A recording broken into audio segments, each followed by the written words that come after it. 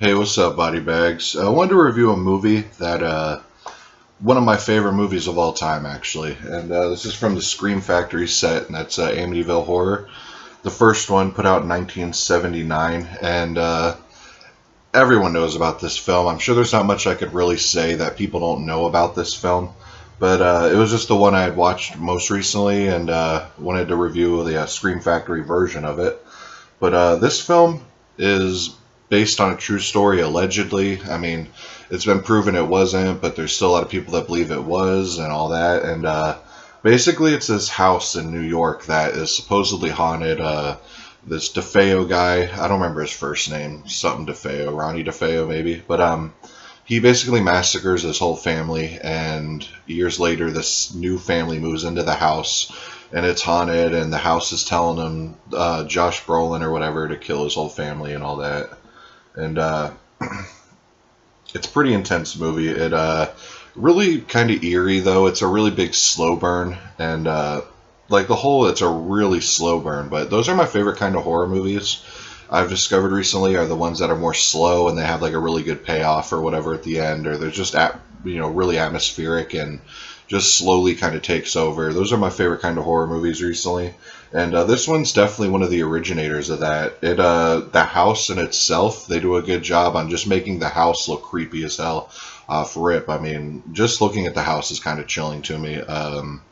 Because I've seen like a lot of documentaries like My Amityville Horror and a couple other ones where people debunk it and all that. But, you know, just being a believer or whatever, I still somewhat believe it's true. That's just the way it is. It's more fun to believe it that way. I believe in ghosts and all that, so it definitely makes it more fun believing that. But yeah, I mean, there's not a whole lot of, as far as effects go, or big scenes like that where there's going to be a lot of effects or something. Like, you'll see some, like, red eyes in the window, you know, just stuff like that. You'll hear voices, some blood dripping from the walls. Really minor stuff like that, but it works. It adds to the overall atmosphere, you know.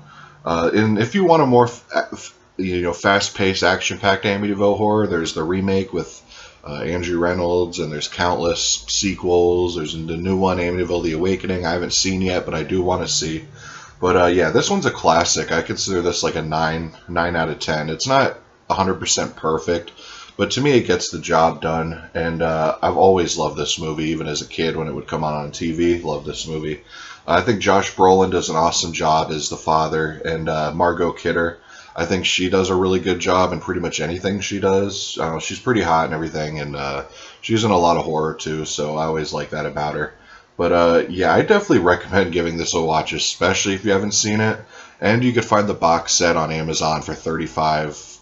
I mean, I think it's always been around $35. You know, if you're lucky, I've heard some people are going to Walmart and finding the set for like $30 or something in Walmart. My Walmart doesn't have stuff like that usually, so but yeah, even at $35, if you get it on Amazon, it's highly worth it. I mean, I don't think there's any new features on this, because there's an audio commentary by Dr. Hans Holzer, PhD in parapsychology, and I think that's from the old releases too. And For God's Sake, Get Out, a documentary with James Brolin and Margot Kidder, theatrical trailer, and radio spots. So that's all you get feature-wise, but the transfer is really good. It is a new transfer Scream Factory did. There's no reversible cover, but there's like little pictures and different poster arts in the inside. And yeah, I really dig this release. It's my favorite box set Scream Factory's put out for sure. I mean, I like the Larry Fessenden collection. I like the Vincent Price collections and all that. But this one definitely I was most stoked about, you know, because this is the one where they actually put the 3 releases in one box. So I really dug that about it, you know, Amityville 2 and Amityville 3D. So yeah, definitely pick this set up. It's a must for sure. But anyways, guys, I'll come at you next week with another review. It'll be something from the 90s, I'm sure. Because in my to-watch pile, there's a whole lot of 90s stuff I still got to get to. But I'll see you guys next Monday. Peace.